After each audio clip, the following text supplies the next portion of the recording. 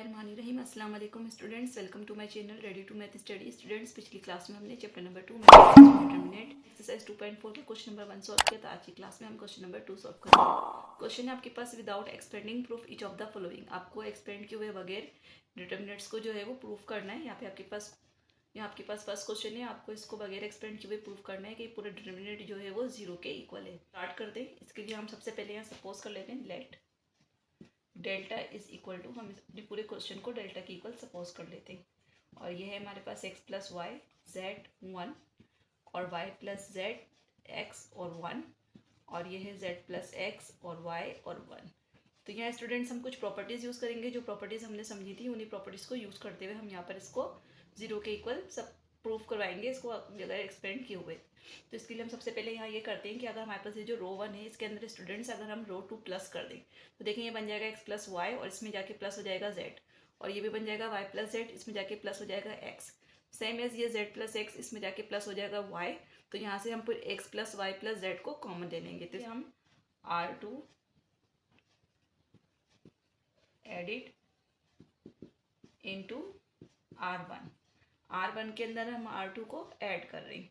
तो ये हमारे पास बन जाएगा डेल्टा इज इक्वल टू, तो हम R2 को R1 के अंदर ऐड कर रहे हैं तो सबसे पहले हम R1 लिखेंगे और इसके अंदर R2 का नंबर Z को ऐड कर देंगे। अगेन ये हमारे पास R1 का नंबर और ये R2 का नंबर इसमें ऐड हो गया।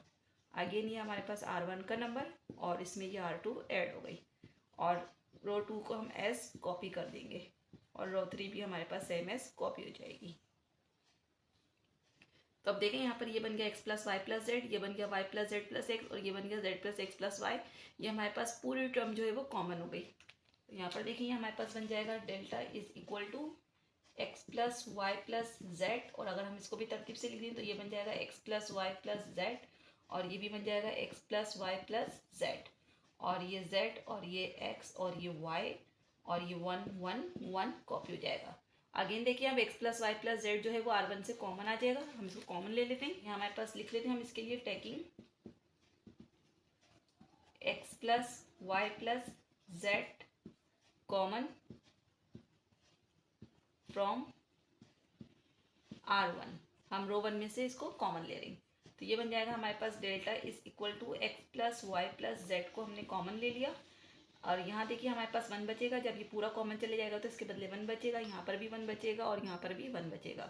ये z x y same S copy हो जाएगा। अगेन 1 1 1 ये भी कॉमन हो जाएगा। अब यहाँ तक करने के बाद स्टूडेंट्स देखें हमारे पास दो रो जो है वो बिल्कुल सेम हो गई है। फर्स्ट रो भी हमारी 1 1 1 और थर्ड रो भी हमारी 1 1। तो हमने एक प्रॉपर्टी पढ़ी थी कि अगर हमारे पास किसी भी डिटर्मिनेंट के अंदर दो रो सेम हो जाएं तो उसका जो आंसर है वो 0 हो जाता है, यानी उस डिटर्मिनेंट को हम बगैर एक्सपेंड किए हुए कह सकते हैं कि उस डिटर्मिनेंट का सोल्यूशन जो है वो 0 हो जाता है। तो यहाँ हम वो प्रॉपर्टी यूज़ करेंगे। इसके लिए हम यहाँ लिख देते हैं कि हमारे पास delta is equal to x plus y plus z, और इस पूरे को एक्सपेंड करा तो ये 0 हो गया, और इस तरीके से हमारे पास डेल्टा का आंसर आ गया 0। और अब हम यहाँ इसका रिजल्ट लिखने के लिए इसकी प्रॉपर्टी लिख देते हैं। यहाँ हम रिजल्ट लिख देते हैं because R1 and R3 are same, hence the solution of determinant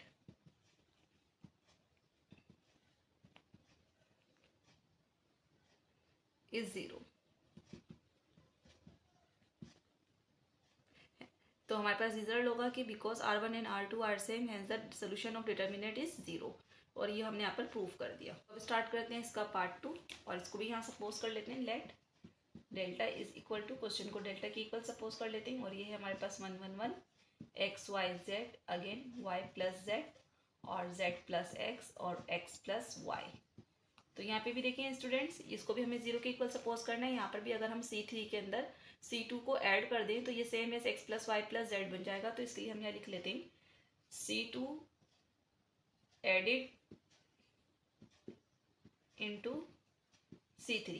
हम C2 को C3 के अंदर एडिट कर रहे हैं, तो इसके लिए हमारे पास बन जाएगा डेल्टा इज इक्वल टू 1 1 1 और x y और z, और हम C3 पर वर्क कर रहे हैं तो हम C3 के अंदर y प्लस जेड और इसमें C2 का नंबर x प्लस कर देंगे, अगेन z प्लस एक्स, और इसमें हम कॉलम 2 का नंबर y ऐड कर देंगे, और यहाँ x प्लस वाई और इसके अंदर हम z को ऐड कर देंगे। तो अब हम इसको ज़रा तरतीब से लिख लेते हैं। तो ये हमारे पास बन जाएगा delta is equal to 1 1 1। Again ये बन जाएगा x y z और ये बन जाएगा हमारे पास x plus y plus z और ये भी बन जाएगा x plus y plus z और ये भी बन जाएगा x plus y plus z. अब यहाँ से देखें हमारे पास C3 यानी कॉलम 3 के अंदर से ये पूरा कॉमन आ रहा है, तो हम यहाँ लिख लेते हैं taking common x plus y plus z from C3। तो ये बन जाएगा हमारे पास delta is equal to x plus y plus z, ये हमारे पास कॉमन आ गया और ये हमारे पास बन गया 1 1 1 x y z और यहाँ से भी 1 1 1 क्योंकि यहाँ से जब सब कॉमन चले गया तो उसके बदले 1 बचा। अब देखिए यहाँ पे हमारे पास दो कॉलम जो है वो सेम हो गए, दो रो या दो कॉलम सेम हो जाए तो उस डिटर्मिनेंट का जो है वो हमारे पास पूरा सोल्यूशन जो है वो जीरो जाता है। वो बगैर एक्सपेंड किए भी हम कह सकते हैं कि वो जीरो हो गया।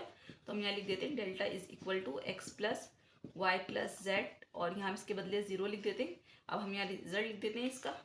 तो इट मीन्स कि हमारे पास डेल्टा जो है जब ये जीरो से मल्टीप्लाई होगा तो जीरो हो गया। अब हम यहाँ रिजल्ट लिख देते हैं बिकॉज C1 एंड C3 क्या रिजल्ट है हमारे पास, इसका रिजल्ट ये कि C1 और C3 जो है वो सेम थे because C1 and C3 are same, hence the solution of determinant is 0 और ये हो गया इसका आंसर। तो अब स्टार्ट करते हैं इसका पार्ट 3। इसके लिए भी यहाँ देखें स्टूडेंट्स हमारे पास जो ये C3 है इसके अंदर अगर हम C2 और C3 दोनों कॉलम को ऐड कर दें तो ये हमारे पास कॉमन बन जाएगा। सबसे पहले हम इसको यहाँ सपोज कर लेते हैं let delta is equal to, पूरे क्वेश्चन को डेल्टा के इक्वल सपोज कर लेते हैं। ये है हमारे पास के अगेन बी डी और ए सी और डी और ये है आपके पास C प्लस डी और A प्लस डी और ये है B प्लस ए और ये है हमारे पास B प्लस सी। हम C2 एंड C3 को एडिट कर रहे हैं इनटू C4। हम C2 और C3 को जो है वो C4 के अंदर ऐड करेंगे। ऐड करने से हमारे पास बन जाएगा डेल्टा इज इक्वल टू के। फर्स्ट कॉलम हमारा एज इट इज रहेगा, उसमें कोई भी फर्क नहीं होगा। सेकंड कॉलम भी हमारा सेम रहेगा बी डी और ए और थर्ड कॉलम हमारा ए सी और डी ये सेम रहेगा और जो फोर कॉलम था उसमें C प्लस डी में ऐड हो जाएगा B प्लस ए। अगेन हमारे पास A प्लस डी में ऐड हो जाएगा B प्लस सी। अगेन हमारे पास B प्लस ए में ऐड हो जाएगा D प्लस सी। अगेन हमारे पास B प्लस सी में ऐड हो जाएगा A प्लस डी। तो ये हमारे पास कॉलम 4 जो था उसके अंदर कॉलम 2 और कॉलम 3 ऐड हो गया। अब देखिए अगर हम इसको तरतीब से लिख दें तो ये हमारे पास बन जाएगा delta is equal to K again B D A और ए सी डी और ये बन जाएगा A plus B plus C plus D और ये भी बन जाएगा A plus B plus C plus D और ये भी बन जाएगा A plus B plus C plus D. Again ये भी बन जाएगा A plus B plus C plus D. तो अब ये पूरा कॉमन आ रहा है तो इसलिए हम यहाँ लिख लेते हैं taking common A plus B plus C plus D from, इसको हम कॉमन ले रहे हैं C4 कॉलम 4 से, इसको हम कॉमन ले लेते हैं तो ये हमारे पास बन जाएगा delta is equal to A plus B plus C plus D common आ जाएगा। तो हमारे पास डिटर्मिनेंट में देखें बचेगा के अगेन के और ये बचेगा हमारे पास बी डी और ए और यहाँ से बचेगा A सी और डी और यहाँ से अगेन हमारे पास सिर्फ 1 1 1 बचेगा। ठीक है, अगेन देखें यहाँ से अगर हम C1 से K कॉमन ले लें तो ये भी हमारे पास 1 1 बन जाएगा। तो इसके लिए हम यहाँ लिख लेते हैं taking common K from C1। तो ये हमारे पास बन जाएगा delta is equal to A plus B plus C plus D, ये पहले से कॉमन आया हुआ है और हमने K को C1 से कॉमन ले लिया तो उसके बदले हमारे पास सब जगह 1 1 बचेगा और ये बनेगा बी डी और ए और ये A सी डी और ये 1 1 1 1। अब देखें हमारे पास C1 और C4 दोनों सेम हो गए, दो कॉलम सेम हो गए, तो डिटर्मिनेंट का आंसर 0 हो जाता है। तो हम यहाँ लिख देखते हैं delta is equal to A plus B plus C plus D और K, और ब्रैकेट में इस पूरे की एक्सपेंडिंग हो गई 0। तो डेल्टा हमारे पास बन गया 0 because C1 and C4 are same. तो हमारे पास hence the solution of determinant is 0। तो यहाँ पे भी देखें स्टूडेंट्स हमारे पास दो कॉलम सेम होने से पूरा डिटर्मिनेंट जो है वो 0 हो गया।